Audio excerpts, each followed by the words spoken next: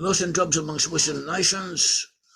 These Western nations that came from the 10 tribes. The 10 tribes were part of the tribes of Israel. There were 12 tribes of Israel originally. The 12 tribes divided into 2 different sections. The northern section comprised 10 tribes. The 10 tribes were taken away by the Assyrians into exile. In their places of exile, they lost consciousness, they lost awareness of who they were, and they assimilated to the ways of the Gentiles, but physically they remained together in different groups. These different groups separated and migrated by various pathways of migration, but eventually they all converged in the same areas. They all came to Western Europe and to the British Isles. And that is where their descendants are today, as well as in their offshoots. So they call it the tribes of Joseph. Amongst the 10 tribes was the tribes of Joseph, Ephraim and Manasseh, descendants of Joseph. And these were dominant in the British Isles. From the tribes of Joseph, they were founded the nations of North America, Canada, and the USA. The USA is dominated by Manasseh, whereas Britain and its offshoots were dominated by Ephraim.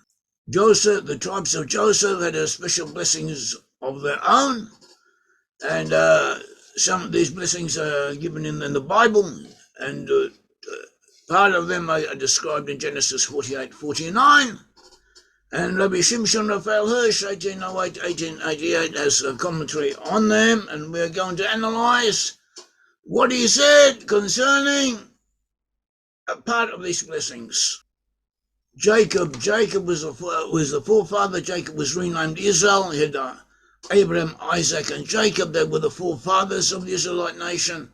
Jacob, as we said, was renamed Israel, and he blessed Joseph and the sons of Joseph, Ephraim and Manasseh, that they would be redeemed by the same angel who had redeemed him, and that the sons of Joseph should be named after himself and their forefathers. And this was fulfilled in English and the Celtic peoples. The Celts referred to themselves as Iberi. They did not call themselves Celts, they called themselves Iberi or Iberni. This is derived from Hebrew Iber or Heber, meaning Hebrew. And that is the name they gave themselves. Abraham has been known as the Hebrew, Abraham the Hebrew. Also the name Isaac. Isaac is found in the name Isaacon, which in genealogical lists of the Celtic peoples is given as a forefather of theirs. Also the Angles and Saxons, known as Saxons, derive their name from Isaac, as may be seen by various forms of the name. So too we have the Americans. Americans are nicknamed Yank, and Yank is short for Jake, which may be pronounced in both Hebrew, Asian Hebrew, and in Yiddish as Yank. So we have Yank, Yankee. And we have the blessings that Jacob gave to Joseph. And in Genesis 48, verse 15 onwards, it says, and he blessed Joseph, and he said, God before whom my fathers, Abraham and Isaac, walk, the God who has fed me all my life long to this day. The angel has redeemed me from all evil. Bless the lads, and let my name be named upon them. Let the name of my fathers, Abraham and Isaac, and let them grow into a multitude in the midst of the earth. Actually, the word multitude may also be understood from Hebrew to connote the dominant element in the midst of the earth. These blessings have a national and an individual application. Hirsch points out that every individual is fed daily, receives sustenance for himself and for his family. And this too is a type of redemption. And if we open our eyes, we can see through this ongoing proof of divine providence. And not only food, but also the salvation from dangers. There are all kinds of dangers around us.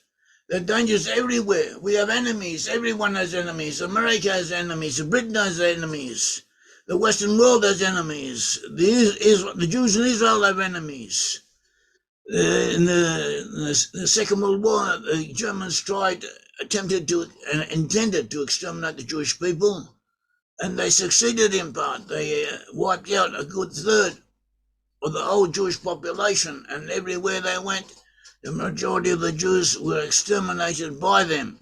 So too we have fanatical Muslims and Palestinians who day by day scream in their mosques, scream in the media how the state of Israel needs to be destroyed, and who would eagerly wipe out every man, woman and children of the Jewish faith in this country and elsewhere. It is only divine providence which is helping us. Almost 90% of the member nations of the UN participate in regular condemnations of the state of Israel based on fantasies, falsehoods, lies, and they're not ashamed of it. They openly, brazen-facedly know that what they're saying is not true, but they continue to condemn Israel because Israel is Jewish. And even Israelite countries such as Norway and Ireland, who, at least in part, also have amongst them descendants of lost tribes of Israel, they support the Palestinians, and they give them money and advice and diplomatic backing. And they send expert advisors and other volunteers to them to encourage them, to help them, and to do what they can to undermine the Jewish existence in the Holy Land. So too, China, Russia, Japan, Korea, Germany, much of the EU, Latin America, and all the more would like to destroy America. They would very much like to do so. They are jealous of America. They hate America. They seek to undermine America, but for the moment, due to divine providence, they cannot really do without her. This too is divine protection that we are receiving. God is helping us. God is keeping us afloat because all these other heathen peoples want to destroy us. And we need this divine protection. We need it. We need to look after ourselves. And we also need to be aware that God Almighty is helping us. Also, there are natural disasters, plagues, horrible diseases, all kinds of calamities that are liable, God forbid, to harm us. But God, at least for the moment, is protecting us, has been protecting us, and is looking after us, especially compared to other nations, and because of that we have been unable to survive. And it says on this ongoing continuous redemption from disaster and destruction is a precondition for the very existence of a person. It derives from the slot that divine providence bestowed on a man or a nation, the bustle of the world. Like nations, you have peoples. Each person, each entity has its own slot in existence, its own space, as if to say, its own time span to do what it has to do. And it is enabled to do this due to divine providence, and we have to be thankful of this and do what we can to do it as well as we can. And Hirsch said this aspect of our existence is to be considered as an angel, in Hebrew malach. Malach is a Hebrew word for angel, and also we have the word melech, meaning king or monarch. The melech and malach sound similar, and they use almost the same words. They're somehow related, and Hirsch, which is his style of explaining the Bible, Hirsch sees a connection between the words, and he sees that the malach, an angel, is a force, a divine force that enables us to be dominant in our own unique space that we have on this world. And so that he is saying that the God who protected me, looked after me, looked after the sons of Joseph. That is what Jacob is saying in this blessing. He says, the angel who redeemed me from all evil, bless the lads. That is what he says, and that is the intention. In other words, there is an angel, each one of us has an angel, and the angel is the one who gives us space and dominance over our space, over our dominance in this world, where it exists. And so too, for our country, for our nation, so too, amongst nations, we have the same principle. And he says that this malach, this angel, is a power that works and keeps going. It does not work on its own initiative, but it bears within it a hidden quality, something divine within it. another personality, a personality from above that guides it. Hirsch applies this term in the case of Jacob, the people of Jacob, as the people of Israel, including the 10 tribes, to the special protective influence the Almighty had bequeathed to him as a natural attribute, a concomitant and accompaniment that would always be with him. This is what Jacob bequeathed to the sons of Joseph. Previously in Genesis chapter 34, we are told how Jacob, when he came back from Paddan Aram, he was moving with his family through the country. They came to the city of Shechem, which is in the land of Canaan. See Genesis 33:18. Davidiy, the daughter of Jacob, was abducted and raped by Shechem, the son of Hamor, the Hivite, prince of the region.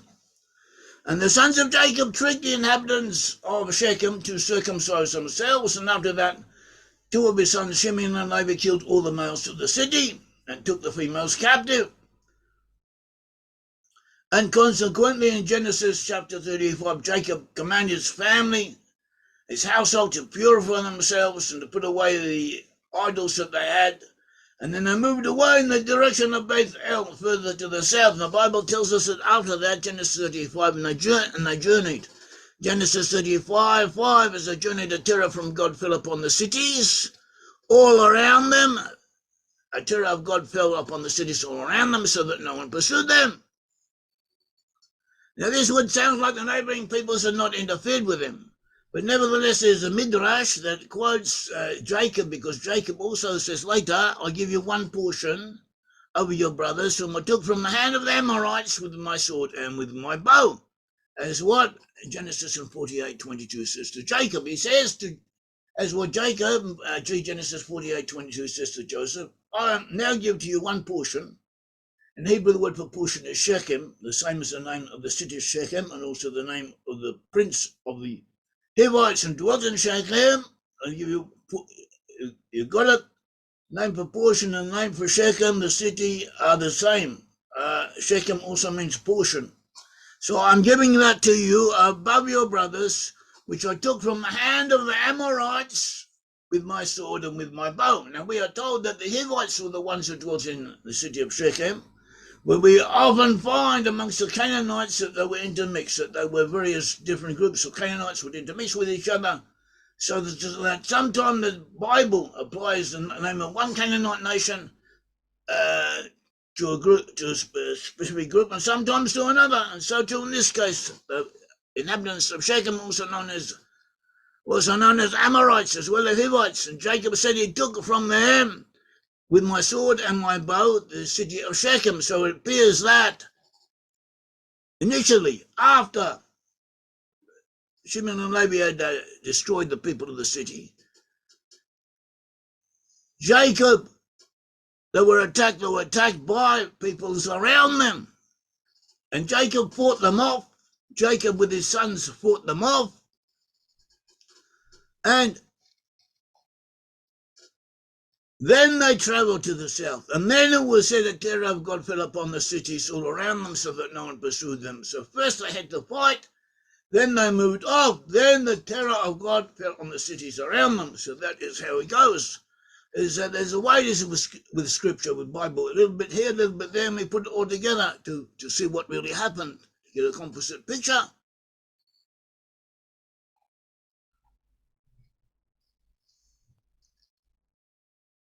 And as Hirsch says on this expression, that and I give to you one portion about over your brothers, whom I took from the hand of the Amorites with my sword and with my bow, that I will give to you, to Joseph, what I've already given to you, the task and role of filling my place in guarding a family. To the first among your brothers, my sons, this is my conquest and my victory that I took from the hands of the Amorites. Jacob prayed that his grandsons, Ephraim and Manasseh, the sons of Joseph, would receive the same blessing from the hand of the angel who redeemed him from evil, through which Jacob ensured his continued existence and development. Jacob was saying that so would they be called by his name and by the name of his forefathers. And he was saying that the same angel who protected him and guided him and sustained him would also be the angel who would go with the sons of Joseph. And we find this in history. This indicates that Jacob, as Hirsch explains later and explains here, that Joseph, the sons of Joseph, would have a protective role over the other tribes. They would be as if the elder brother who helps them and saves them in the course of history. And we find this in World War II, the Allies, headed by Britain and the Commonwealth and by the USA. They saved the world and they saved Israelite nations from the continent from Nazi oppression. The Germans had conquered the partly Israelite nations of Denmark, Norway, Netherlands, Belgium, France, Luxembourg. And they also threatened to eventually take over Finland, Sweden, Switzerland. And the Allies' victories, the victories of the Allies over the Germans saved them. And the Allies were dominated by descendants of Joseph, the English-speaking peoples. But not all of the Israelites survived.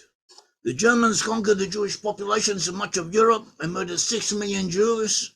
The Jews descend mainly from Judah, but also many from Benjamin, also from Levi, and also from representing minority portions of the other tribes, all found amongst the Jewish people.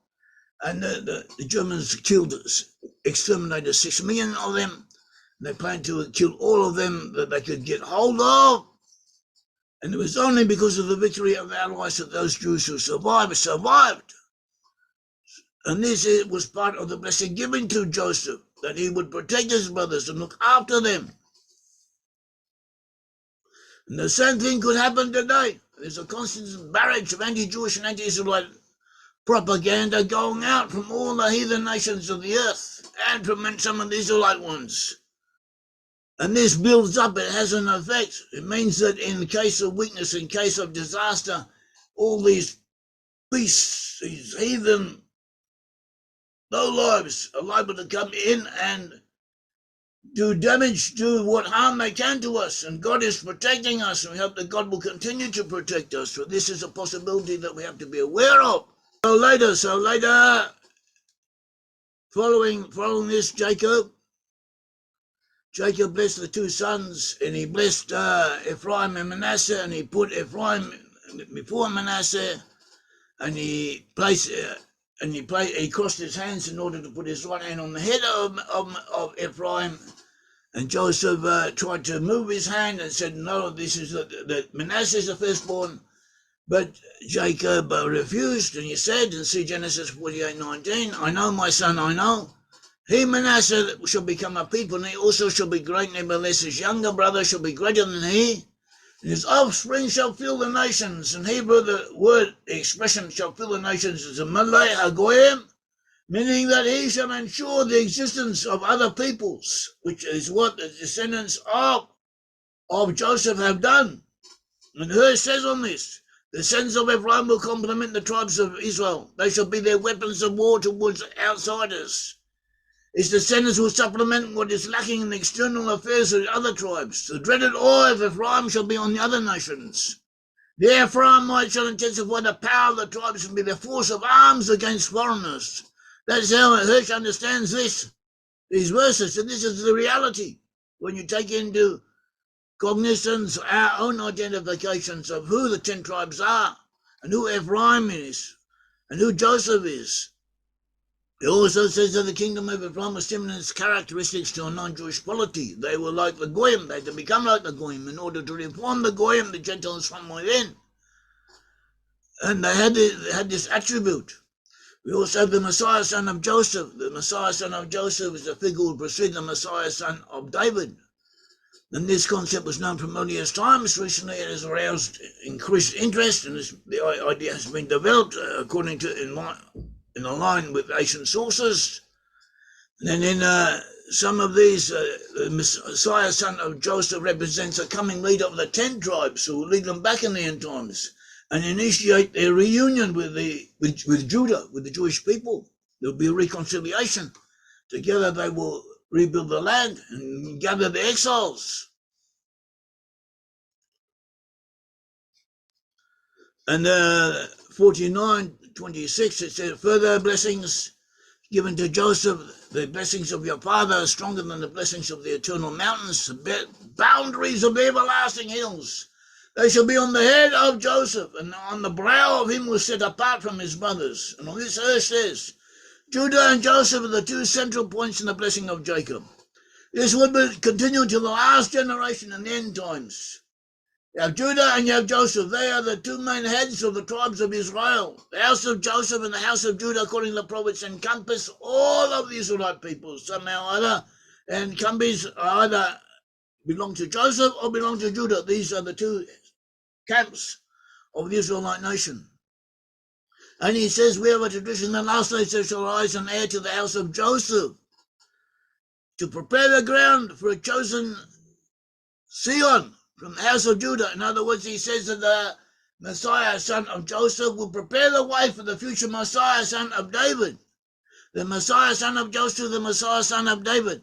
The relationship between the two is not clear. Nevertheless, the emphasis that Jacob laid on both of them, on both Joseph and on Judah, shows that they have each one a task of their own, and they should get together and coordinate what they do with each other, because that is a blessing that was given to them and the direction from their forefather Jacob. Thank you. May the Lord God of Israel bless you.